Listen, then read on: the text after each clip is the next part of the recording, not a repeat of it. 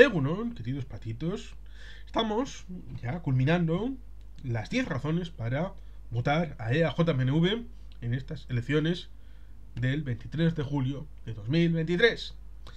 Ciertamente es importante continuar con la presencia de un grupo fuerte en Madrid para la defensa de los intereses de los ciudadanos vascos y de la comunidad nacional vasca, de esta nación foral. Y por tanto, los puntos de desarrollo es una realidad que podría ser más amplia, pero se han condensado en estos 10 puntos porque habitualmente se suele tender a pensar en un decálogo como un marco de referencia, con el 10 como un número mágico. Pero bueno, ciertamente condensa lo que puede ser un planteamiento vital para ese compromiso, no solamente del momento electoral, sino antes, durante y después. Un compromiso con un programa, con un proyecto, con unas ideas. 9. Defendemos una fiscalidad justa y redistributiva y exigimos ampliar nuestra capacidad para hacer política fiscal a través del concierto económico. Por supuesto, habrá gente que diga en la primera parte: es que vienes aquí a decirnos a los españoles cuál debe ser la fiscalidad de los españoles y tú te defiendes con tu propio concierto, por lo tanto es la dualidad para decidir lo de todos y luego decidir lo tuyo aparte. No, no es eso. Hay que estar en Madrid no para dictar la fiscalidad, porque en el Consejo de Política Fiscal y Financiera normalmente las representaciones vascas se abstienen en estos temas. Están presentes porque, evidentemente, ese consejo, derivado de la LOFCA, incluye a todas las comunidades autónomas que se van constituyendo. Y cuando se constituye el consejo, en el año 1980, solamente hay 2 comunidades. Estaba la reunión con el ministro de Hacienda, Jaime García Lloveros, y el señor Pedro Luis Uriarte como consejero del gobierno vasco, y Ramón Trias Fargas como consejero del gobierno de la Generalitat de Cataluña. Luego se fue ampliando y incorporando a las comunidades que se fueron creando o recreando, porque la de Galicia, como todo el mundo debería saber, fue plebiscitado el estatuto gallego el día antes del llamado alzamiento del golpe de estado del 1936, del 18 de julio. Lo cual ciertamente nos lleva al hecho de que en la LOFCA hay una disposición adicional de defensa del modelo de concierto que todavía estaba en negociación. Como tenemos un marco global de lista de reproducción en este canal de explicación global del sistema de concierto en toda su extensión, recurriendo a las 3.122 páginas del libro canónico de Pedro Luis Uriarte Santamarina. Y por tanto, fue necesario introducir en la LOFCA un elemento de una negociación que estaba en pleno desarrollo y que culminaría el día 30 de diciembre del año 1980 y con la entrada en vigor el 1 de julio de 1981. Y por lo tanto, después, yendo al momento actual, 30 años después de la entrada en vigor del sistema de concierto con retroactividad al 1 de enero, en el año 2011, en agosto, a mediados de agosto, se produce la renovación del artículo 135 de la Constitución con agostía, en paralelo con una supuesta iniciativa europea, en donde se produce el límite del techo de deuda, el tema de gasto, deuda, déficit, con la AIREF, creada con la Ley de Desarrollo posterior, en donde tiene que estar el Grupo Vasco, precisamente, para introducir una disposición adicional que salvaguarde las competencias derivadas del concierto y del convenio. ¿Por qué es importante? Porque el gasto público está ligado a los ingresos y los ingresos están derivados del concierto y del convenio en el ámbito foral de las 4 hermanas forales. Y por tanto es necesario e imprescindible el hecho de mantener allí una representación a través del Grupo Vasco que establezca estos lineamientos, estos principios básicos, en donde sea posible una fiscalidad justa y redistributiva, para que la fiscalidad globalmente equivalente que dice la ley de concierto, que debe serlo a nivel del Estado y a nivel vasco,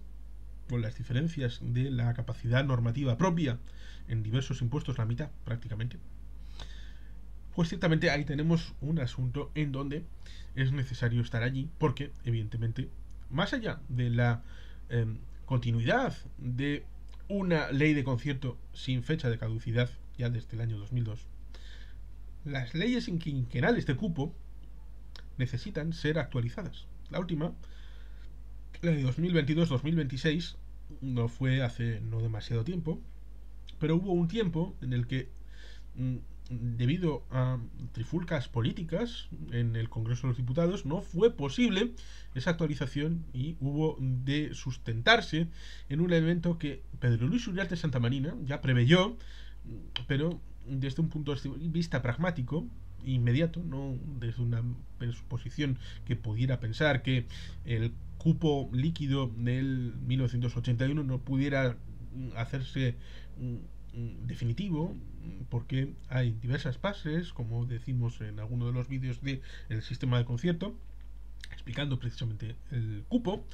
Pues ciertamente ahí tenemos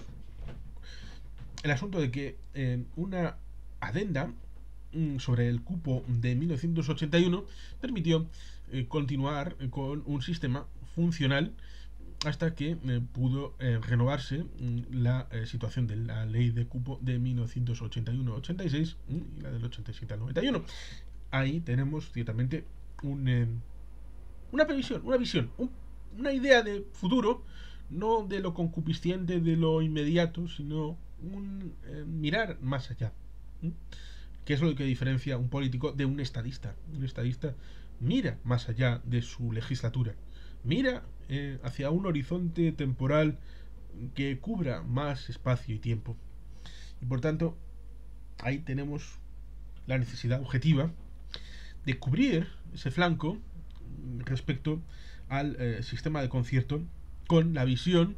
precisamente de un cubrimiento de esa necesidad objetiva de guardar y hacer guardar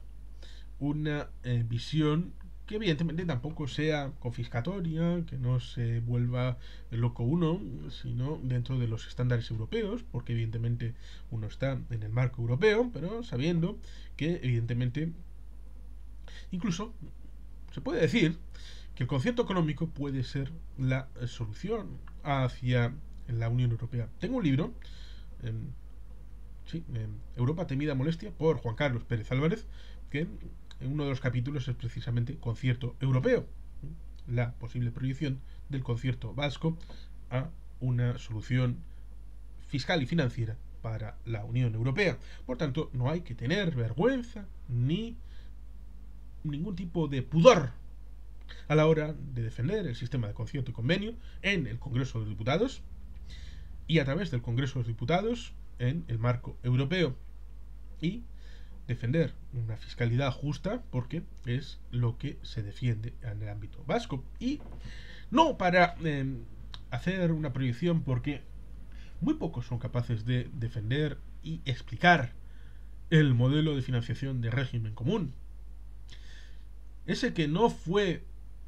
actualizado, porque también debe de actualizarse en quinquenios. Se actualizó en 2004, 2009, pero no se actualiza en 2014, no se actualiza en 2019 y seguramente no se vaya a actualizar en 2024. Y por lo tanto hay un problema estructural respecto a la financiación que habitualmente suele ir concatenada en un desvío, como si fuera la ley de Goldwyn, como si fuera un desvío entre comillas natural, y cada vez que se habla de la financiación de las comunidades autónomas de régimen común,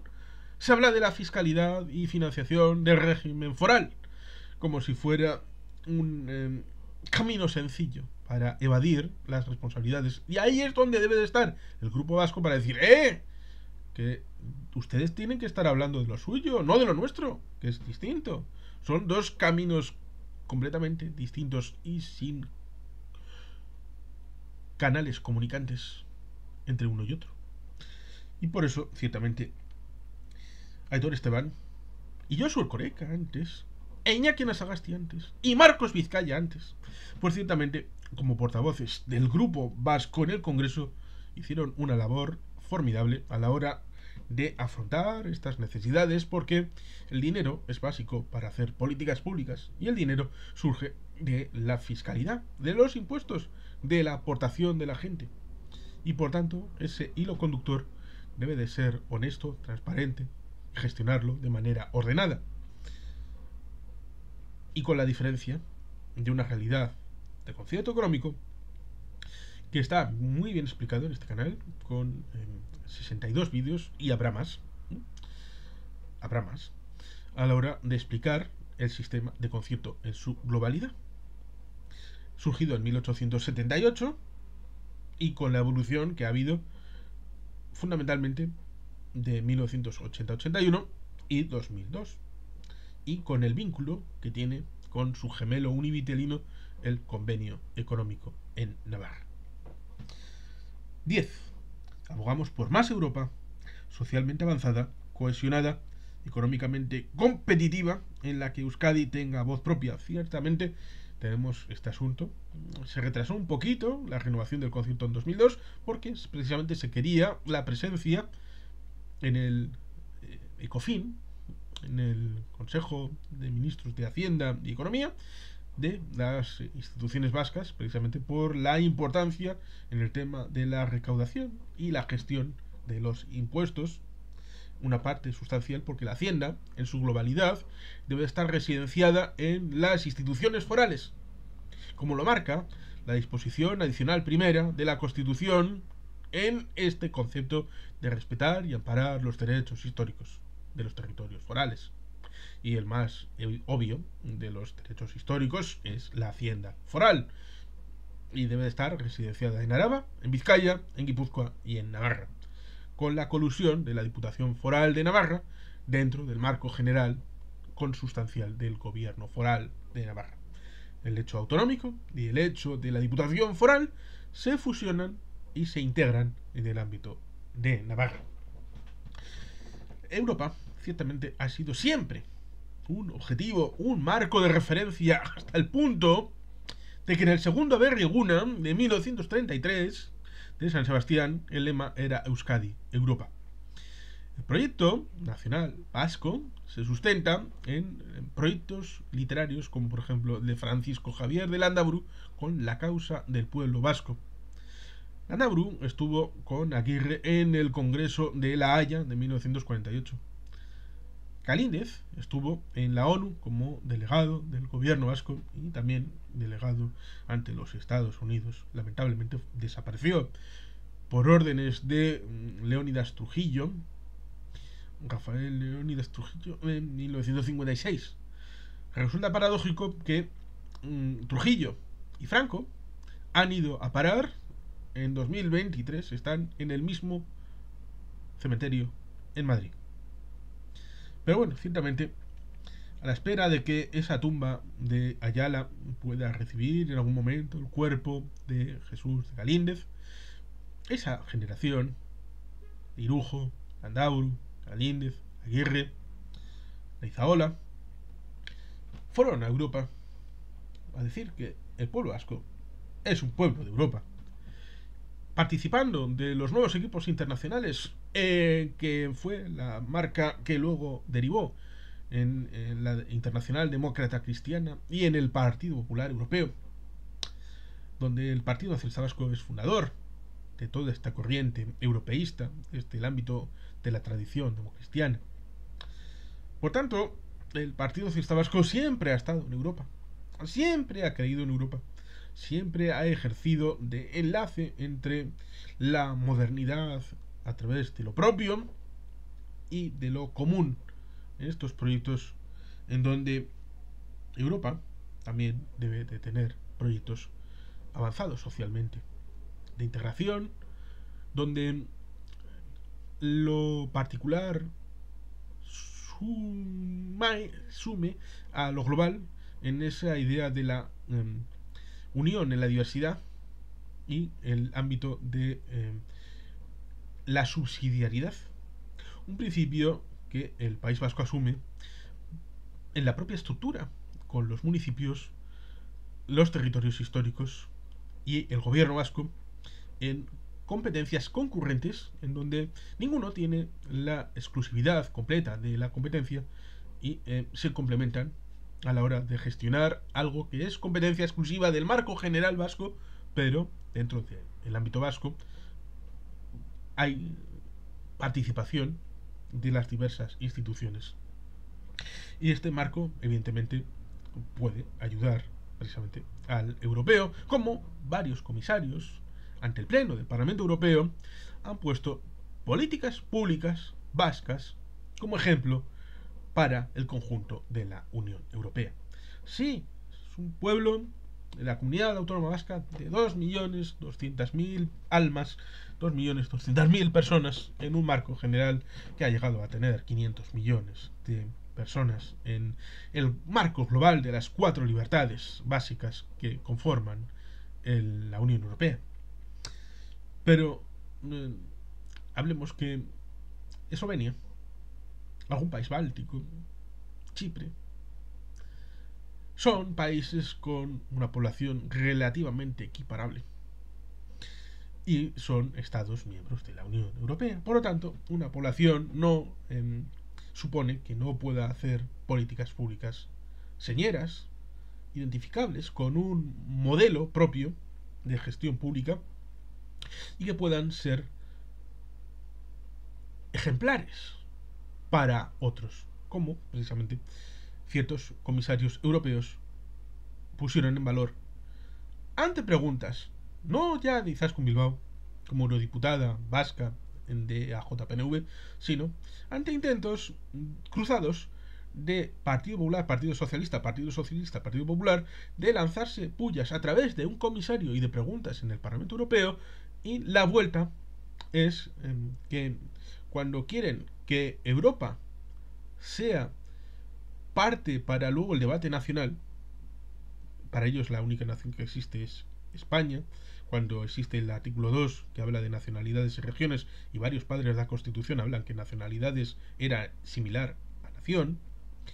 por lo tanto España ya es plurinacional, no es necesario hacer ningún cambio, pues se la devuelven diciendo que dentro de vuestra propia nación, entre comillas, tenéis un ejemplo de política buena y de calidad, que es ya sea la política industrial, la política de empleo y otras que han sido objeto de alabanza por parte del Colegio de Comisarios de la Unión Europea. Y por supuesto, ciertamente, hay que hacer elementos competitivos y desde la situación socialmente aceptable. Y es que no puedo olvidarme el hecho de que cuando entra en funciones el gobierno de David Cameron, un ministro dijo que la Unión Europea debía de actualizarse, siguiendo el modelo laboral chino, el de China, y que si no se aceptaba y adoptaba el modelo laboral chino, entonces ellos ejercerían el Brexit. ¿Vale? Europa no nace para competir a locas con el primero que llega. Europa debe de competir como faro de libertad, como faro de prosperidad, como faro de derechos humanos y derechos laborales. Si los británicos tenían ese principio, lo lógico es que hicieran el referéndum del Brexit de mediados de 2016. Pero lo han pagado. Lo han pagado. Salir de Europa, el coste de la no Europa para el Reino Unido ha sido brutal. Ha sido enorme. Y por lo tanto, eso no debería de jugarse en determinados debates públicos,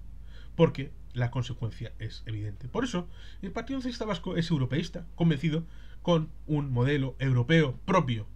de generación de un marco global e integrado, pero unido en la diversidad, para derechos sociales, competitividad en el ámbito económico, industrias, empresas que puedan prosperar, con marcos globales de integración, como puede ser el ámbito de Airbus, que puede hacer incluso daño a una Boeing de Estados Unidos y ser líder mundial. Por tanto, es viable un proyecto europeo multidisciplinar, multinivel, en donde se pueda hacer política desde las instituciones vascas,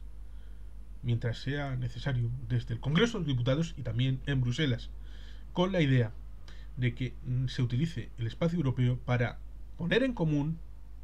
y no para utilizar el espacio europeo para devolver a un debate español y utilizar Europa como excusa a veces para tratar de imponer elementos que no pueden o no se atreven a decirlo de manera directa de esto es una decisión del Consejo de Ministros, lo utilizan Europa de no es una decisión de Bruselas, olvidando para el público de manera absolutamente artera que existen mecanismos en donde se decide de manera colegiada y la participación del Estado español tiene voz y voto de manera decisiva. Transparencia, honestidad, compromiso con la fiscalidad, con el concierto económico y con la subsidiariedad y la construcción desde abajo hacia arriba de un proyecto común es lo que distingue al Partido Nacionalista Vasco, porque sí, hacer marcos globales, pero las personas siempre primero y siempre haciendo valer el hecho diferencial para construir no algo homogéneo, como decía el ministro de David Cameron en 2010, el modelo chino es el que prospera, copiémoslo. No, hay que generar algo propio, algo bello, algo desde lo pequeño, pero que puede generar sinergias y dinámicas complementarias para una Europa mejor desde lo propio, que es lo vasco. Y por eso hay que votar Partido Nacionalista Vasco al Congreso de los Diputados y al Senado. Y sin más, queridos patitos, eskerrik asko, agur bero bat,